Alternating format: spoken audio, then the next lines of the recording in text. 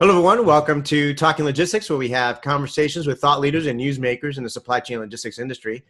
It's my great pleasure to welcome back to the program Andy Clark, who's the CFO at C.H. Robinson. And today we're going to talk about digital evolution in the supply chain, how to prepare for today and tomorrow. Now, it's safe to say that the pace of change in supply chain management, especially from a technology standpoint, continues to accelerate. And it just seems that one of the big things that people keep talking about these days is the digital evolution or the digital transformation of supply chain management. But what does that mean exactly? Why is it important? And what are some of the key capabilities companies need to not only keep pace with this change, but find new avenues of growth and differentiation in the future? Well, those are some of the questions we're going to address today. And it's great to have Andy back in the program to kind of share his insights and perspective on this topic. So, Andy, welcome back.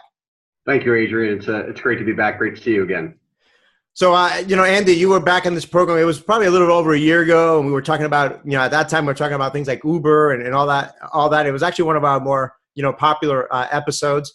And then obviously you and I got together earlier this year, back in September. You were part of the logistics leaders for type 1 diabetes cure team. So we had a fun time there. So it's good to kind of get back in the conversation here. Yeah, it's great. And unfortunately, winter has arrived. So 100-mile rides outside will not be in my future, at least until 2018.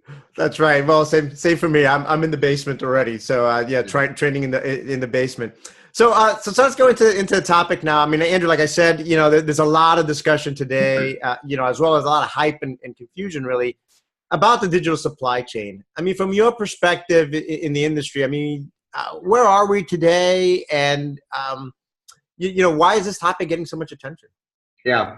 You mentioned there's hype, there's confusion, but there's also reality, and the reality is it's taking hold. And I would just categorize, we categorize it as we're still in the early innings of this digital revolution. And you can think about it from the shipper perspective and all the way through to the carrier perspective, and how fragmented both of those participants are, particularly on the shipper side. There's hundreds of thousands, millions of shippers that are out there, and their ability to access information on their own supply chain is becoming increasingly important, which they don't have, and they don't have the resources to commit to building it on their own. So now you have things, cloud-based services, software as a service, platform as a service, that are cropping up every day and making it more of a reality. And I think that technology that you and I embrace as consumers will eventually bleed into the B2B world.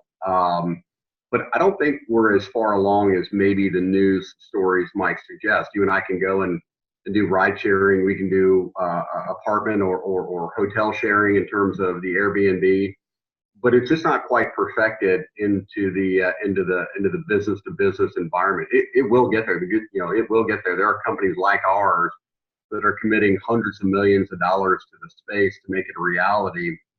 But we're just not as far along as I think a lot of people would otherwise believe. If you picked up a trade rag, or if you listen to a news story, there's people now popping up on CNBC, and it's getting a lot more press because you think about the overall logistics spend as a percent of GDP, it's 7.5%. So it's a big part of our industry, and it's a big part of the overall economy.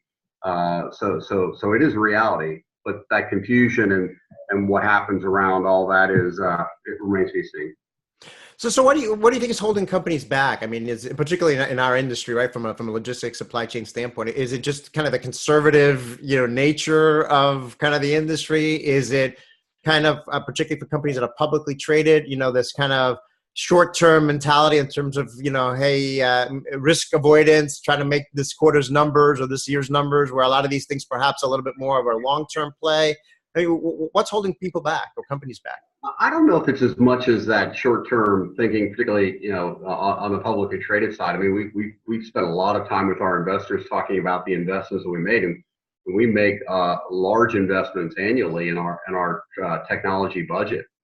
I think what it is, that I would go through a couple of threads and a couple of themes. And the first is people in transportation have long memories. And those memories are of Y2K, and they are of everything was going to go on the internet and the interwebs of 1999 and 2000, and then it didn't. And a lot of people have spent a lot of money in transportation technology that really hasn't amounted to a lot.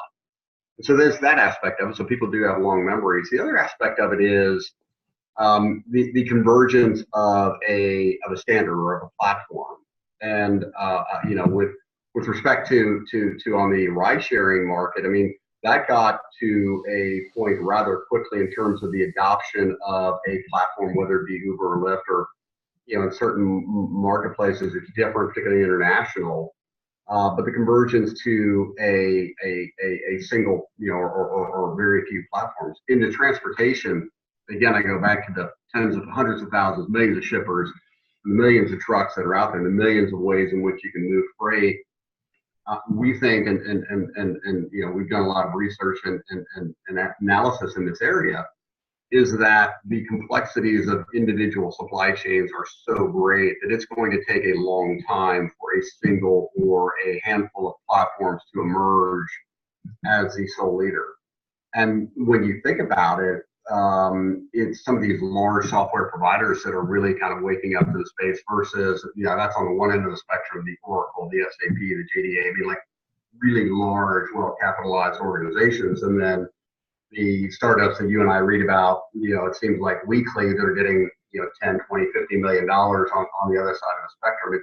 It's this huge barbell, and I don't think anybody has a clear viewpoint as to the convergence of a standard or a multiple of standards as to how it's going to impact those millions of supply chains that are in effect right now.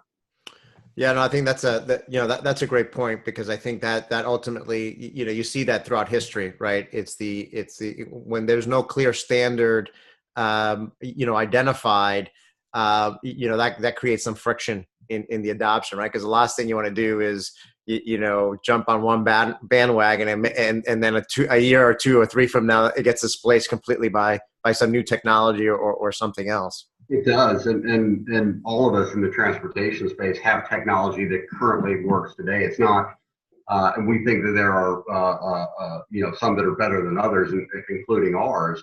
And I think the issue is that nobody's rushing out. There's no burning platform on the technology side in anybody's company, because there are trucking companies today that are running off of AS400 systems that work perfectly well. And right. It's the thing, and it works. What's the impetus to change? Right. Well, let's kind of dive into perhaps some of these technologies that are kind of grabbing the headlines, right? So you've got machine learning, autonomous vehicles, and blockchain. Well, probably three of the most talked about technologies this year. I mean, is the hype around these technologies, warranted, and how and when will they, have an impact on supply chains? I mean, I think we probably already answered some of that question, but what's your thought on these things? Again, I'll go back to as we started this conversation. I think there's a reality that it is going to take hold in our industry, and we often talk about people probably in terms of, okay, it's in the news, so you might overemphasize or overprice the impact that it has today, and underemphasize the price it'll have or the impact it'll have 5 years from now. Because in this environment and in our business, timing does matter. You can certainly be way too early to it, and be the first person storming the beach. And quite frankly, you can be too late to it. So we spend a lot of time and a lot of analysis around that. Diving right into each of those categories, I'll start with machine learning. From our perspective in our space, it's still very nascent. There was a great article in the Wall Street Journal this morning, and as you would imagine, that industry, particularly financial services, has been committing a lot of capital in that, and there was a quote that they're just spending a lot, and it doesn't prove out over time. There's a few funds that might make it in a year or a quarter, but the returns that they generate by putting machines scouring data as I described, a very discrete, there's only a certain number of publicly traded companies or publicly traded bonds that are out there, and analyzing the data around that, they still haven't proven out the returns for the investments that they're making. We have a group of data scientists in our organization that do a wonderful job of programming and helping our operators and our leaders make better decisions. But they're not making the decisions for them. They're helping. It's machine and human aided, which we believe are going to be the successful strategy in that area. You know, autonomous vehicles are yet another interesting example. You know, we had a group of us and we were out in Silicon Valley, and we were listening to a presentation, and this gentleman in the room who was very well financially backed said, "Hey, I'm one of 12 software engineers in this space that are worth $1 billion." And of course, all of us said, "Well, that's an interesting thought. Are you hiring?" Kidding. But what makes it so? And he said, "Well, we're mapping the surface transportation in the United States so that there will be a 2 centimeter of tolerance at 80 miles an hour." So you just think about like that as a concept versus open up Waze or open up Google Maps, and you know, if you've got good cell phone coverage, it'll tell you what road you're on. And if it's not, you'll get that arrow that bounces around that we've all struggled with. And so the gap between that Google Maps and mapping to 2 centimeters of tolerance at 80 miles an hour, that's a huge delta to get to that. And that's what level 5 autonomous requires. Will we get there? Absolutely. Will it take a long time? Yeah. Will people spend billions of dollars to get to it? Yeah. It's just not there yet in our space. And so again, it's how do you phase in your investments, and how do you phase in the impact that it has on your supply chain? Absolutely matters, because you can spend a lot of money and not get to the result that you want. And then, you know, finally, you know, distributed ledgers, blockchain. There's a lot of talk around that. And there's a lot of articles. And please, if you ask me to describe or explain blockchain, I'm going to turn off this computer right now. But we're doing a lot of research in that area. But again, it goes back to the convergence of what that standard is and what are people going to agree to. And today there is a mechanism for that trust that's built between organizations, and to put it into a program, put it into a distributed ledger. It completely makes sense, but the sequencing and the timing of getting to that is where all the work will be done, and it's not there yet. And it will get there. It will get there. I mean, we as humans have proven for ever since our you know, advent on this earth is that we will continue to evolve. And we will use those tools, like to make fire, to hunt. You know, like we will evolve, and we'll learn as we evolve, and that learning will lead to yet new and greater and better things. It's just not here today. Yeah, no, I think you bring some great points. I mean, you know, I think to kind of paraphrase or summarize a little bit what you said, I mean, it really sounds like, you know, kind of part of the challenge is really, you know, pacing yourself appropriately, and it's all in the timing, right? Because if you move too quickly, you know, you could be bleeding edge, but you know, that may result in you know, a dead end, or in not, you know, getting too much results. But if you wait too long, if you're just completely skeptical, if you completely embrace the status quo, or, you know, the if it ain't broke, why fix it mentality, you can quickly find yourself too far behind, and then, you know, not be able to catch up. So it's kind of finding that middle, you know, that middle pace, if you will, in terms of keeping a pulse of what's happening, and taking the appropriate steps in the right pace, you know, to keep up with the changes, so that if and when it does happen, you're ready, you're in that front pack, if you will. And you know, you'd also asked, and those are all valid points, but the impact that it has on the supply chain is there's always a prior and subsequent, right? There's always, if you think about the value of your phone or the value of your car, the majority of the value of that asset that you own that they make comes from the suppliers.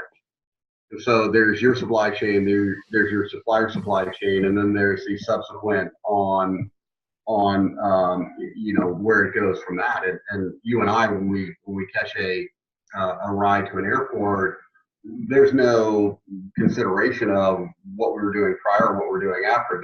The people that have perfected that marketplace really just understand that one aspect of you getting into a car and getting dropped off somewhere.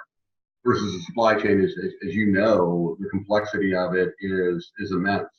And having a viewpoint of what happens prior to you seeing that and what happens after you see that, it matters, which is, we spend a lot and we invest a lot in that supply chain visibility to help our customers get greater access to make more informed decisions on what their supply chain moves are going to be. And I go back to, the conversations that I think you and I have had, different points of, it also requires a pretty big financial commitment to go into and change out, whether it's your software, whether it is your actual hard assets. I mean, somebody smarter than me is going to figure out the value, and it's trillions of dollars of all the rolling stock that's out there right now. And let's just assume for a moment that all the technology and all those assets are ready to go online right now. They're not. We're years away from that. But assuming for a moment that that it were available right now, is anybody going to bleed out their assets? You have trucks on the road that are worth something right now, and I don't see people accelerating their replenishment of their rolling stock based on the fact that new technology is available. And if that new technology doesn't provide a better service at a lower price, or that asset doesn't provide a better service at a lower price, it's not, doesn't allow you to have a much higher utilization of it. I just don't see, consumers like us or businesses like ours or anybody else that's out there in the space jumping in with both feet to say, here we're going to write a really large check to replenish our asset base because there's some new technology or what have you. Yeah, no, absolutely. I mean, certainly there's a lot of, investment that's already taken place. Heck, there's still a lot of companies that are still, in year 3 of their 5-year ERP rollout, modernization rollout. So, yeah. Either they're willing to kind of, pull the plug and write that off and then kind of jump onto the next thing, or they're going to, ride out, the current investments as much as they can. You talked a little bit about visibility. Maybe we'll talk a little bit more about that, in the conversation here, but certainly related to visibility. And although it's not as sexy as, blockchain and machine learning and all these other things, I mean, another topic that's been getting a lot of attention these days is the electronic logging, devices. It certainly grabbed the headlines this year, especially as the mandate starts getting enforced here later this month. There's a lot of questions and predictions around what impact ELDs are going to have on, on trucking capacity and productivity. I mean, what's your take on it?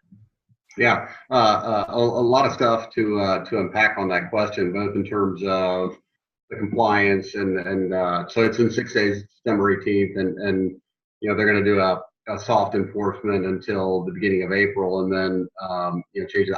I think they're going to learn a lot in the next 4 months, and the things that they learn are going to, at least you would assume, shape and direct the decisions and changes that I'll make in 2018. So everybody knows that the hours of service are not changing. They're still the hours of service law is not changing. The manner in which you comply is. So you're going from the paper log to the electronic logging, and the cost over that 3-year time period that when they first announced it have gone down dramatically. So mobile app with connectivity, the engine block gives you ELD compliant, and so we've done a soft survey, and the vast majority of our providers right now are compliant. We expect.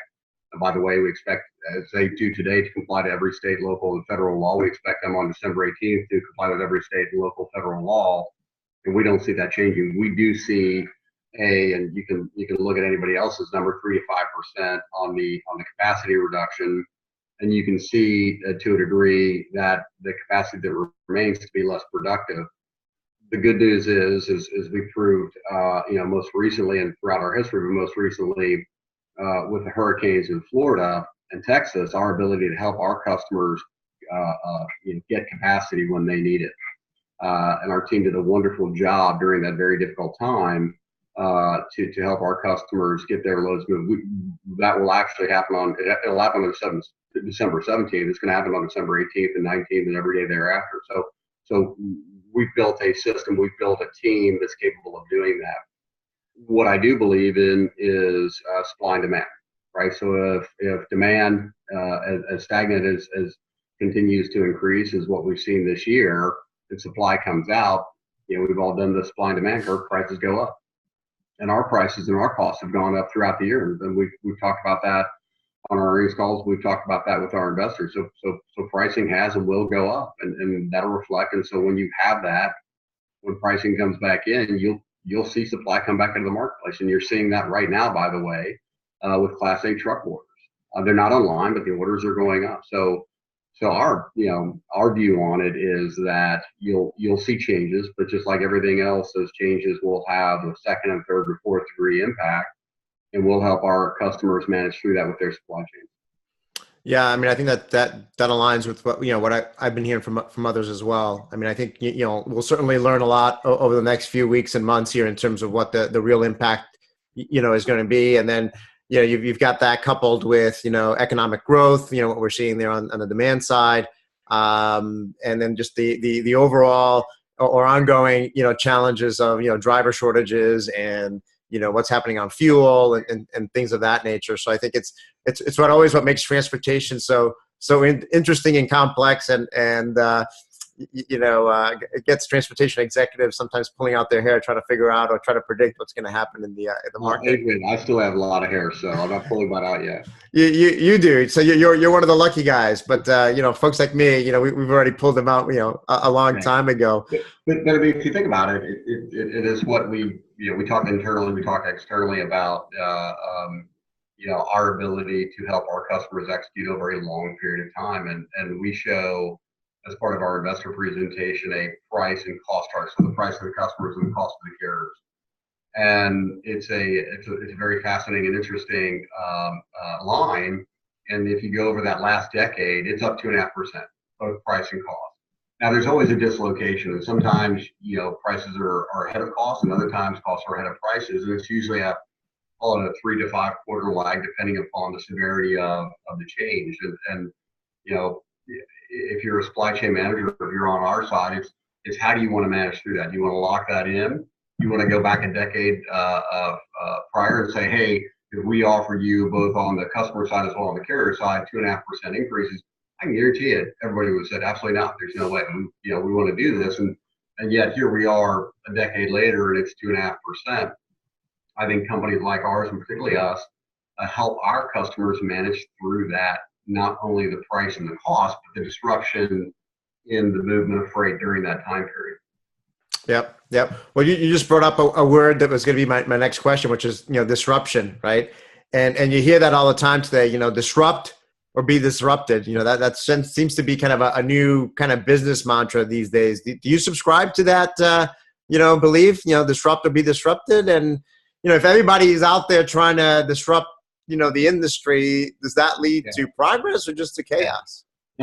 Great question, and I'll give you the yes, but I do agree with it, but you need to moderate. You need to think about it. You need to actually time it. You need to be thoughtful in that, because disruption for disruption's sake doesn't really benefit anybody. That's where you get to exactly what you're talking about, chaos, which is, hey, how do we provide a better product sooner at a lower price? Like, to me and our organization, that's how we think about disruption. It's not just regular way brokerage, you call, we haul. It's how do we provide a better service, a better solution to our customers sooner at a lower price? There's a huge element of that that's people. So what do? We go out and we hire and develop and train really talented people. That matters. They then, and by the way, those people are 15,000 of us across the globe to help our customers, our roughly 100,000 customers and our roughly 80,000 providers, be effective in managing, whether you're on the shipper side or whether you're on the carrier side, manage their supply chain. It matters to have really smart people.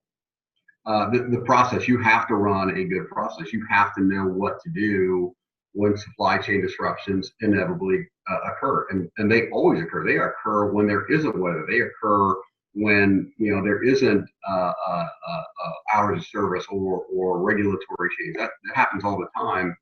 And then finally, technology. And what I think that people tend to perhaps overemphasize is the concept of disruption as it relates purely to technology. And I think sometimes when the conversation is tilted too heavily towards disruption on the technology side, that's where you can spin yourself into a little bit of a circle and not really kind of come out with a better solution. Oh, the technology needs to do this and needs to do that. And those are all things that every company, including ours, deals with. But what we try to do is moderate all three of them, the people, the process, and the technology, so that disruption happens on all three levels and in all three areas, so that we can help our customers more effectively manage their supply chain sooner at a lower price.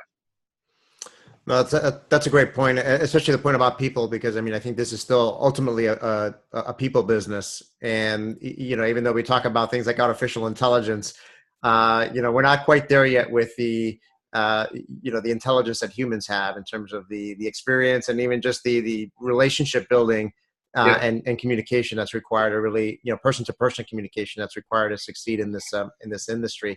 Kind of building on kind of the last point you just made there on the technology side. I mean, one of the kind of the mistakes that I see that a lot of companies do is, they kind of chase the new shiny things, right? So they see, us talking about machine learning and, blockchain and all this kind of sexy new technology, and they may kind of go chase, after it without really first identifying the business opportunity or the problem that they're trying to, solve there. So in order to kind of build that foundation to ultimately succeed and drive business value around some of these things, I mean, what's required? I mean, what goes into that foundation, and how do you get it? Yeah, it is a good segue in terms of that shiny new thing, and from our organization, which has been around for 113 years, having partnered with the Fortune companies that we've partnered with and helping them manage their supply chain, we kind of view it as the wisdom of the crowds, and the crowds being not what we always necessarily hear on the outside, although we do listen to everything that's being said on the outside, but the wisdom of the crowds of our customers and the wisdom of the crowd of our people. And it's kind of that whole process of building ideas based on what we hear from our customers. And they're pretty good about telling us, whether directly or indirectly, the things that they want us to do.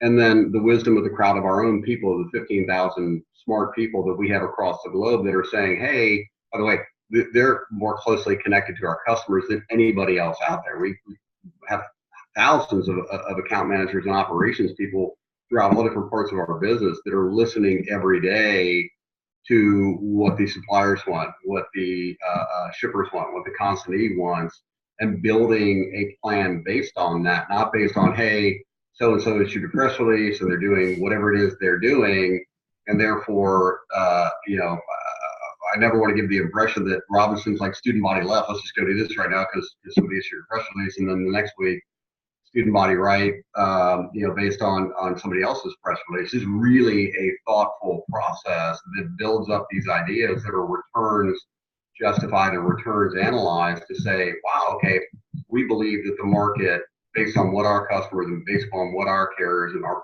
partners are telling us, are going in this direction. We have a very intellectual and intelligent viewpoint that this is where it's going to be. And then we begin to build a plan based on that takes into consideration time, it takes into consideration cost, takes into consideration all these things, because it matters to us to get it right.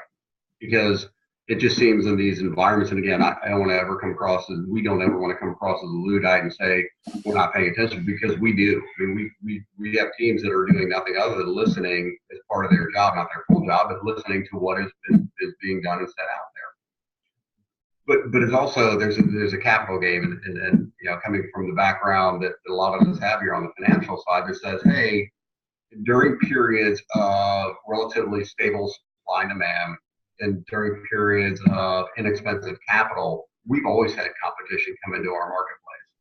And then when that cost of capital goes up or disruption occurs in a sustained manner, we've just seen our ability to prove our worth to our customers and to our providers in a much greater capacity than anybody else out there. And so during those cyclical ups and downs, sometimes we look really smart when at times right, and sometimes we don't look as smart when it goes against us. But going back over that 10-year period that I've talked about, we've grown our company tremendously during that time period. And I don't say that as a compliment on us. I say it on our people's ability to solve their customers' problems. The only way that we know that they value what we do is they give us more business. And what we've seen is they've consistently and continuously given us more business over time. Yeah, I think your point about kind of listening to customers and kind of particularly those that are on the front lines of what's happening day to day, right? It's easy for perhaps for those that are further up, to kind of get a sense of what's happening in the market. But the real closest signal are those that are obviously talking to customers on a day in and day out basis. Those that are trying to kind of move product, those that are trying to provide that visibility. And kind of getting that direct feedback from the carrier community, the shipper community, the consignees, and being able to, feed that back into the organization in terms of helping to, define the right path forward and how that fits into, all these trends that we talked about. I think, certainly that's part of the winning formula there. Andy, as a way to wrap up, I mean, if I'm, a supply chain logistics executive and I'm meeting with the CFO of my company, so you're obviously the CFO there, but if I'm meeting with kind of a counterpart, CFO at my company, I mean, what's the most important thing I can tell him or her about, what's happening in supply chain, management today and what to expect in the weeks and months ahead? Well, I would offer a couple of points. The first is that if you're a CFO of any company of note or of size today, and you're relying on a transportation manager to come and tell you what's going to happen, you're in trouble, because the supply chain management is a board level discussion. I mean, let's just go to retail on the one end of the spectrum. I mean, it's right there in the heart of every retail company. If you look at what's happening to some of these well-established companies that are going bankrupt. And so it's all about supply chain. It's all about accessing the customer and providing that customer the type of product and the fashion and the manner in which they want it today. So supply chain disruption is a board level discussion. I would say that what matters, and we have had several conversations of, you think about the way the cycle is getting shaping up as we end 17 and we go into 18. It's important, if you're a supply chain manager, you're a CFO, to have good relationships with all of your suppliers and all the people that help affect that supply chain. Because you think about demand being stronger, you think about capacity being constrained, you think about the company's ability to invest in technology. Partnership really does matter. We talk about it, and we can show you over a long period of time how and why and where it matters. And at certain points in that cyclical environment, it matters more and it matters less. I would just tell you that 2018 is going to matter a lot more, because it will be a constrained, it will be a challenging environment. And if you're a transportation manager that hasn't developed those relationships, or if you're a CFO that hasn't developed those relationships, that don't really understand the impacts of one aspect versus the other in your supply chain, you might be in for somewhat of a difficult 2018. Conversely, if you've done that and you really work with your partners, whether they be the asset-based providers, whether they be the third-party logistics providers, or anybody in between, if you work to develop those relationships, I would offer that 2018 could be a tremendous year of opportunity for you, as you are able to provide for your end consumer a better product sooner at a lower price. And that matters in this environment. Certainly, walking the talk and collaboration and more effective and honest and clear communication between all the parties. I wholeheartedly agree that that's going to be, critical for success. Going back to your earlier point about, if you're relying on a transportation professional or, someone to educate you as a CFO or tell you what's going on, you might be in trouble. I think you're right. It needs to be a board level and a C-level discussion. But I think just to kind of counterpoint on that a little bit, I think the unfortunate reality, that the research has shown is that, very few companies have a seat at the table, for supply chain in their, C-suite. And so I think that's something else that, companies need to work at, is really, bringing supply chain to give them a spot at the executive table there to have those discussions and be able to learn from, the executives that are in the front lines, and then, vice versa, have the supply chain executives also learn the language of the CFO and understand the business impacts and the business considerations in what they do as well. And to build on that, it goes back to the type of supply chain that you on that side might want to have. Do you want to have an established supply chain? Do you want to have that partner help you manage the peaks and the valleys, or do you just want to participate in whatever comes your way on that? And I give the example, and we talked about those digital providers, where I was in Chicago and it cost me $15 to get to Wrigley Field, and it cost me $150 to get back, and the only difference was 3 hours. And I would just think that if you're a supply chain manager and that's the bet that you are making, that you would have a very challenging conversation going into your CFO. A guy like me is like, you did what? That the discrepancy of the difference of paying those two rates in a 3-hour period is untenable, because you can't price it into the cost that you're going to turn around and offer to your customer. You have to have a more established and a better supply chain relationship with greater visibility of prior and subsequent, so that you can effectively manage it. Great, final point there. And with that, we're out of time, Andy, but like I always say at the, end of our conversations, we always just manage to scratch the surface on these topics. And there were so many, different topics here and meaty, subjects here that, I think we could probably spend all day, talking about it, or have a whole conference just on this whole episode topic. But I think you provide some great insights and advice. And I think, basically buckle up and then let's see what all the excitement that 2018 is going to bring us in the weeks ahead here. Sounds good, Adrian. Happy holidays and Happy New Year to your family. Great, and to you as well. And I want to thank those of you that joined us today. If you are watching this episode on demand at the C.H. Robinson website or on the Talking Logistics website, and you've got a question or a comment for Andy, you can post it there, and I'm sure that he'll be more than happy to respond via that medium. Again, thank you all, and look forward to seeing you in a future episode of Talking Logistics. Have a great day.